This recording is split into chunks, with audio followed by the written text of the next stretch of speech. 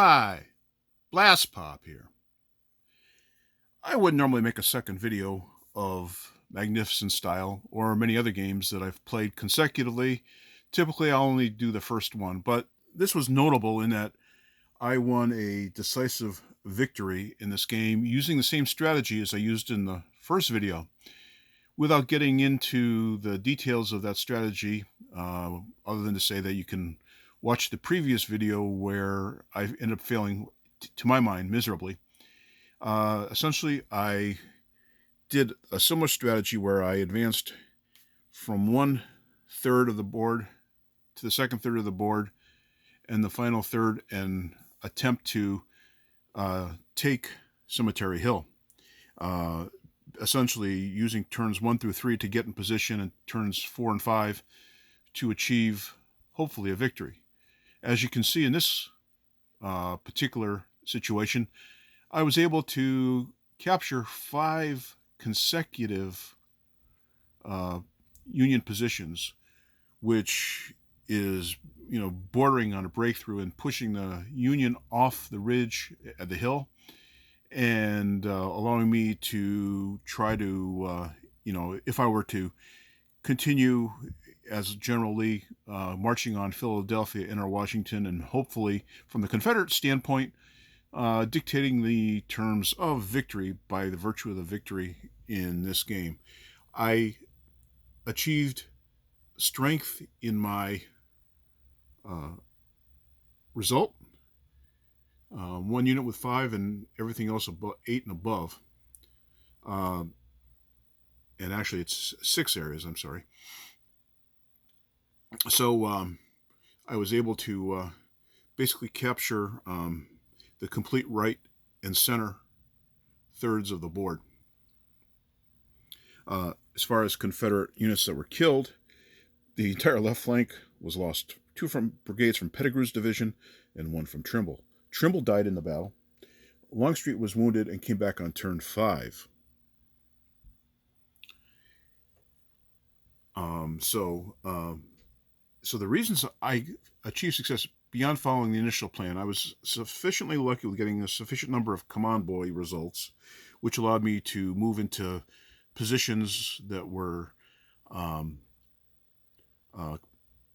in the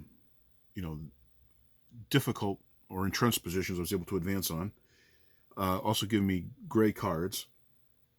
The blue event cards weren't all that decisive. In many cases, occurred in areas where there was no units, like, for instance, artillery shots where Confederates weren't at the time, were very few.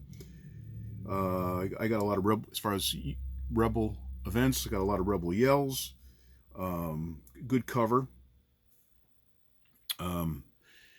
Trimble died in this battle, and this was very different. I didn't think it was possible for the Union, or I should say the Confederate, to win this game. And they actually did win this convincingly and in consecutive objective areas. So to give a look at the results, I like this little results sheet that you can fill out at the end of the game to record your game. So it shows the board positions. It shows the date. I got 161 victory points, which is just a decisive victory, but a decisive victory nonetheless. The total brigade points that were across the line in the victory area was that survived and actually went across was 47. The performance level was good. I'm not quite sure how that comports with the fact that historically that's the game result. I guess you can always try to do better, but as far as victory level is concerned, I think that's what's really important. And then the results on the particular generals in question. All in all, I really enjoyed this. I'm going to definitely be playing this more, and probably, unless I get a lot of positive response, I probably won't be doing a video on this for the foreseeable future. Great game, though. Highly recommended. Great design by Herman Luttman, and again, the results were enhanced in terms of the graphics compared to the Victory Points edition with the Worthington edition.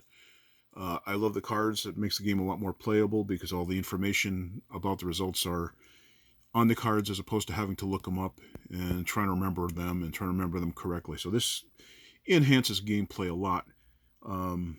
Not to mention the board, mounted board, and so on. So anyway, please like, comment, and subscribe. This has been Blastpop. Bye.